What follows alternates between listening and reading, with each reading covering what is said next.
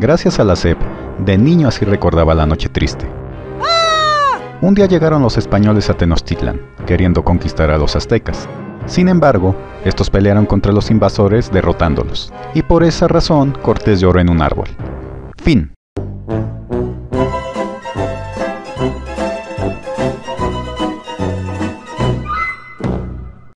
Pero al pasar el tiempo empezó a haber preguntas que no me dejaban dormir.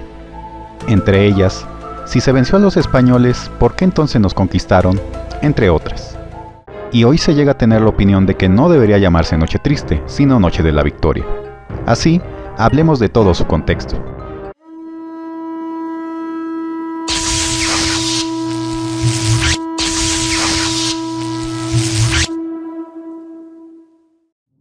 Cortés y aliados llegaron a Tenochtitlan siendo recibidos por Moctezuma Xocoyotzin, quien los hospedó en el palacio de Axayácatl, el cual habría estado donde hoy se ubica el Monte de Piedad.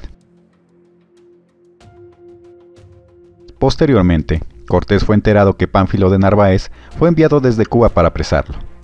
Así, este partió a Veracruz para interceptarlo y vencerlo. Durante ese viaje, Pedro de Alvarado se quedó en la capital mexica realizando la matanza del Templo Mayor, comenzando así las hostilidades de mexicas contra españoles y aliados tlaxcaltecas, cholultecas y zempoaltecas. Hecha la matanza, se replegaron al palacio. Mientras tanto, Cortés sorprendía a Pánfilo de Narváez capturándolo y convenciendo a sus hombres de unírsele. Poco después, le llegó el informe del alzamiento en Tenochtitlan. Regresando inmediatamente a la ciudad, y ya en las inmediaciones del lago de Texcoco, fue informado que varios españoles y aliados aún estaban vivos, pero cercados. Cortés con su nuevo refuerzo entró por la calzada de Iztapalapa, pero a diferencia de la primera vez, las calles estaban casi vacías, pudiendo llegar sin problema donde estaba el resto de españoles. Estando ahí, envió un mensajero a Veracruz para informar que estaban vivos, pero el mensajero regresó descalabrado por la enorme cantidad de gente que apareció, impidiendo que algún español saliera de la ciudad, comenzando así las batallas en las calles alrededor del palacio. Peleaban en calles y azoteas, para tener el control de algún templo o casa. Y desde la matanza del Templo Mayor ya no les suministraban comida, agua, ni ningún otro objeto de primera necesidad. Cortés en varias ocasiones buscó pacificar la situación, pero los mexicas no aceptaron ningún trato. Por ejemplo, una versión refiere que los mexicas le dijeron a Cortés que no importaba si a cambio de la muerte de uno de ellos, tenían que morir 25,000 mexicas, pues de todas formas ellos los acabarían. Y en esas condiciones se dio la muerte de Moctezuma, ya sea por los españoles, por los mexicas o por ambos. Los mexicas tenían el tiempo a su favor, pues cada día que pasaba la situación empeoraba para españoles y aliados. Además, había pocas formas de escapar por estar rodeados por el agua, y porque casi todas las calzadas estaban bloqueadas o destrozadas, excepto la que iba a Tlacopan o Itacuba. Según Cortés, decidió dejar la ciudad en la noche, pero otros como Bernal Díaz del Castillo, Juan Cano, futuro esposo de una de las hijas de Moctezuma, entre otras versiones, señalan que hubo un español llamado Blas Botello, que era nigromante y adivino, quien predijo que si no salían esa noche, todos morirían. Cualquiera que hubiese sido el motivo, se decidió salir a las 12 de la noche del 30 de junio de 1520, después de que escucharon misa. Y como los puentes que conectaban cada tramo de la calzada habían sido quitados, los españoles hicieron un puente de madera para colocarlo en cada dique. Cada español vio por su suerte, pues se dice que eran tantos los españoles y aliados hacinados en el palacio, que la decisión de salir de Cortés y sus capitanes se pasó de boca en boca, y por ello, algunos no se enteraron de la salida, quedando atrapados en el palacio. Cortés llevó consigo como rehenes a varios hijos de Moctezuma y otros nobles, cargando además el oro que pudiera, siendo esta la razón por la que muchos murieron ahogados por el peso del oro. También el futuro esposo de Isabel de Moctezuma refiere que a los españoles que llegaron con Narváez, Cortés los puso en la retaguardia, pues Blas Botello predijo que ahí es donde habría más peligro. Esa noche estaba lloviendo, decidiendo salir en silencio. Y las cifras reportadas de los que salieron marcan de 1.500 a 1.800 españoles, y entre 7.000 a 9.000 indígenas entre aliados y prisioneros, más caballos, bultos de lo robado, cañones, armamento y el puente de madera que construyeron. La caravana se dividió en vanguardia, centro y retaguardia. Al frente iban españoles como Gonzalo de Sandoval y Diego de Ordaz, con grupos de soldados y tlaxcaltecas.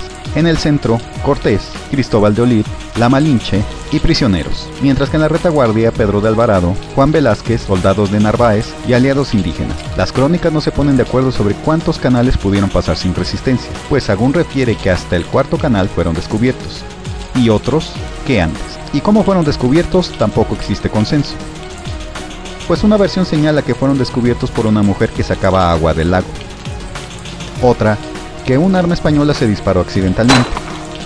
También se dice que centinelas colocados en la calzada los vieron, y una más que sacerdotes colocados en los templos más altos los localizaron tocando los huehuets y caracoles.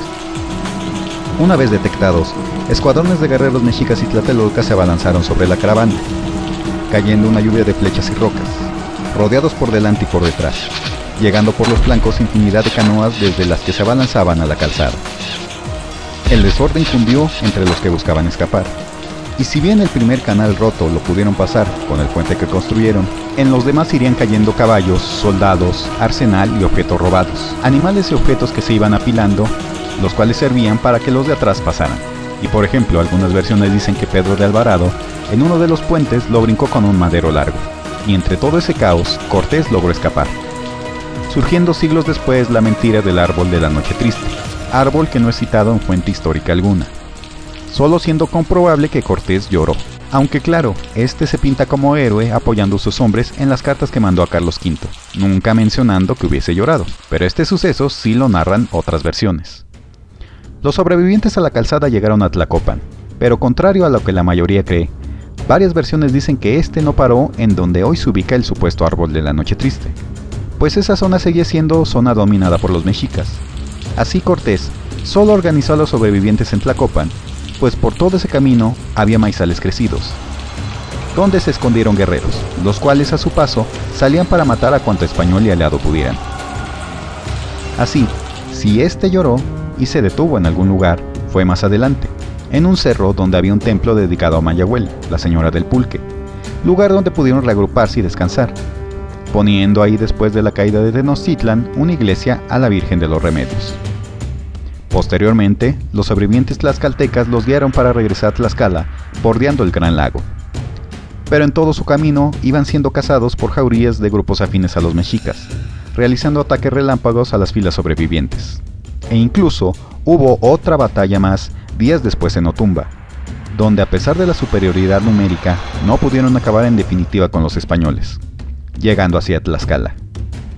Pero ahora dimensionamos los daños que estos sufrieron. Alfonso de Zorrita señala que en esa noche escaparon 360 españoles. Sumados a los 60 que había en Tlaxcala y otros 80 de Veracruz, solo quedaron 500. Cortés señala 150 españoles muertos, 2000 indios aliados y 45 caballos todos muertos. Bernardino Vázquez de Tapia refiere de 600 a 800 españoles muertos. López de Gomara, 450 españoles y 4000 aliados indígenas. Juan Cano, el esposo de Isabel de Moctezuma, precisa 1170 españoles y 8000 indígenas. Y de entre los muertos, como se dijo antes, quedaron en Tenochtitlan varios, que rondaron entre los 40 a 270 atrapados, los cuales habrían resistido entre 1 a 3 días, siendo al final capturados y sacrificados. Y en esta huida, algunos de los presos mexicas fueron liberados, de entre ellos Tecuixpo, hija de Moctezuma. Pero también murieron otros hijos de Moctezuma y diversos nobles.